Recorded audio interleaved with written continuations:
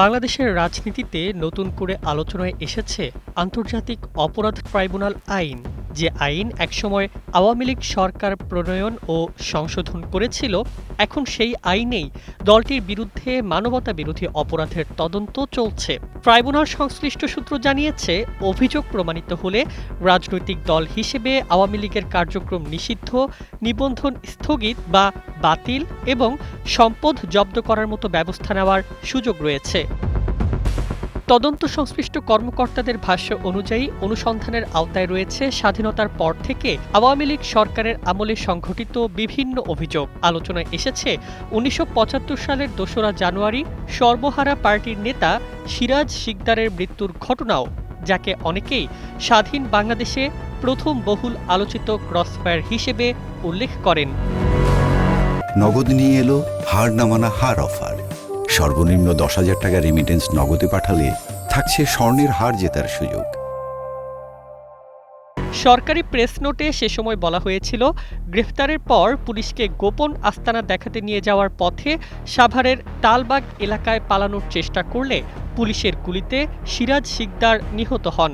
তবে পরবর্তী সময়ে দায়ের করা একটি মামলায় সম্পূর্ণ ভিন্ন অভিযোগ আনা হয়।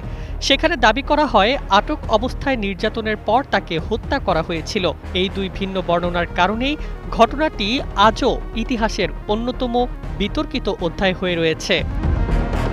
আন্তর্জাতিক অপরাধ ট্রাইব্যুনালের তদন্ত সংস্থার সমন্বয়ক জানিয়েছেন, রাজনৈতিক দল হিসেবে আওয়ামী লীগের বিরুদ্ধে মানবতা বিরোধী অপরাধের অভিযোগের তদন্ত চলমান রয়েছে। তদন্ত শেষে অভিযোগের প্রাথমিক ভিত্তি পাওয়া গেলে প্রসিকিউশন প্রয়োজনীয় আইনগত পদক্ষেপ নেবে।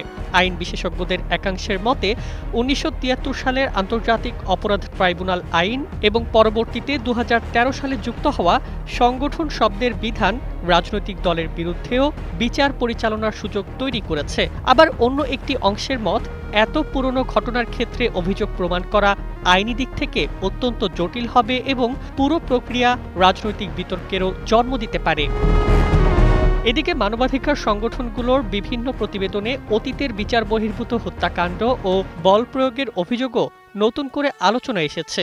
সব মিলিয়ে ট্রাইব্যুনালের এই তদন্ত শুধু একটি রাজনৈতিক দলের ভবিষ্যৎ নয়, বাংলাদেশের রাজনৈতিক ইতিহাস, মানবাধিকার প্রশ্ন এবং বিচার ব্যবস্থার জন্যও একটি গুরুত্বপূর্ণ মোড়ে পরিণত হতে পারে।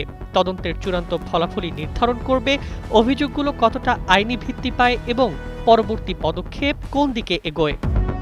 News desk, ২১ television.